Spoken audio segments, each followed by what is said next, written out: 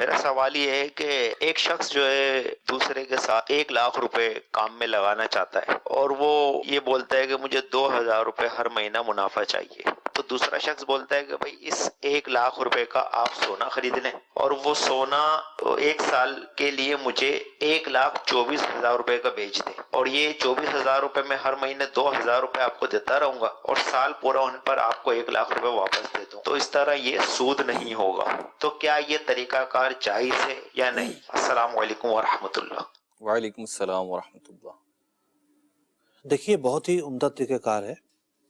عام طور پر کیا ہوتا ہے کہ ایک ہول سیلر کے پاس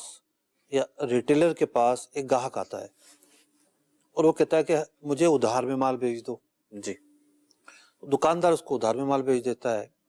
اور وہ قسطوں کی صورت میں یا یکمشت جو مدت ہوتی ہے اس پر لا کر مال بیچ دیتا ہے۔ ٹھیک، تو یہاں بھی ایک مال بیچا گیا ہے، اور سونا شاید اس لیے اس کی مثال دی گئی ہے کہ جس نے سونا خریدا ہے وہ سونا خریدنے کے بعد مارکیٹ میں جا کے بیچ دے گا۔ ٹھیک، اگر کوئی بسکٹ خریدا ہے تو وہ بسکٹ مارکیٹ میں دوبارہ جب بیچے گا اتنا ڈفرینس بھی نہیں آئے گا۔ ٹھیک، زیورات بیچنے میں تو بہت بڑا ڈفرینس آ جاتا ہے۔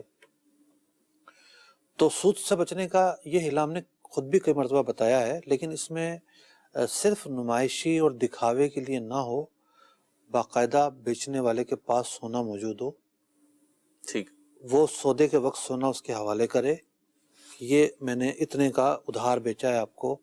1,24,000 کا یہ سونا آپ کو ادھار بیچا ہے، اور ضروری نہیں ہے کہ ہر مہینے 2,000 قسط باندھی جائے، آزاد ہیں یہ، ہر مہینے 5,000 باندھ لیں یا 10,000 باندھ لیں یا سارے بعد میں لیں۔ اصل ایشو یہ ہے کہ اب جو مال انہوں نے خریدا ہے اس کے پیسے 1 سال تک ان کو لوٹانے ہیں، قسطوں میں لوٹانے ہیں تو اس کا شیڈول طے کر لیں، یکمشت آخر میں لوٹانے ہیں تو اس پر اتفاق کر لیں، تو اس کے حوالے کر دیں۔ اب وہ سونے کا مالک ہو گیا اور اس کے اوپر جو پیسے طے پائے تھے وہ واجب الادا ہو گئے۔ سود سے بچنے کی بہت اعلیٰ مثال ہے۔ ٹھیک ہے مطلب اس صورت میں اگر یہ ہو کہ 1,24,000 روپے کی انہوں نے مثال دی، 24,000 روپے کا ان کا طے پایا کہ 2,000 روپے مہینہ کر کے دیں گے اور 1,00,000 روپے جو ہے 12 ماہ کے بعد یا 12ویں مہینے میں دیں گے، تو اب یہ جو 12ویں مہینے میں یا 12 ماہ بعد 1,00,000 روپے دینے کا، یہ وقت سے پہلے یا وقت کے بعد تاخیر ہو جائے کسی وجہ سے، تو اس سے تو کوئی حرج نہیں پڑے گا؟ دیکھیے، کاروباری سودوں کے اندر تاخیر بھی ہو جاتی ہے، ہونی نہیں چاہیے، ٹھیک ہے، لیکن حالات ایک جیسے نہیں ہوتے، اور جہاں انسان کی مجبوری ہے وہاں اسے مہلت بھی دینی چاہیے۔ ٹھیک ہے، اب سامنے والا یہ تقاضا نہیں کر سکتا کہ جناب میں نے تو انویسٹ کی ہوئی آپ کو، 1 مہینہ اوپر ہو گیا تو 1 مہینے کا اور نفع دو۔ جی، تو یہ اس لیے سمجھنا ضروری ہے کہ آپ ایک سودا کر رہے ہیں، ایک مال بیچ رہے ہیں، ٹھیک ہے، انویسٹ اب نہیں ہے، انویسٹ کا معاملہ نہیں ہے، ٹھیک ہے، آپ نے ایک مال بیچا ہے، اس کو لیٹ نہیں اب کرنا تو لین چاہیے، دین ہوا ہے سیدھا سیدھا، اس کو لیٹ نہیں کرنا چاہیے۔ ٹھیک ہے، لیٹ ہو بھی گئے